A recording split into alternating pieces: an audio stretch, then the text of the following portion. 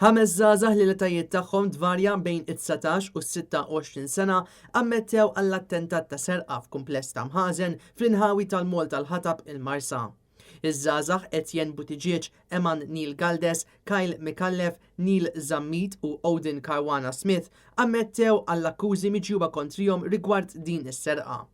Is-sibt li għadda għal-ħabta ta' sija ta' filgħodu, il-pulizija waslitha l-informazzjoni li kienu deru xi rġiel suspettużi viċin dawn l-istess imħażen, b'riżultat li l-pulizija mir-Rapid Intervention Unit marru minnu fih fuq il-post. Meta waslu l-pulizija arrestat 5 irġiel li kienu lebsin il-biss skur u inkwanti. Apparti minn hekk il-pulizija sabu wkoll marki friski ta' sgass maż-żewġ imħażen kif ukoll bolt cutters kbar bilan li jintużaw għal din is-serqa.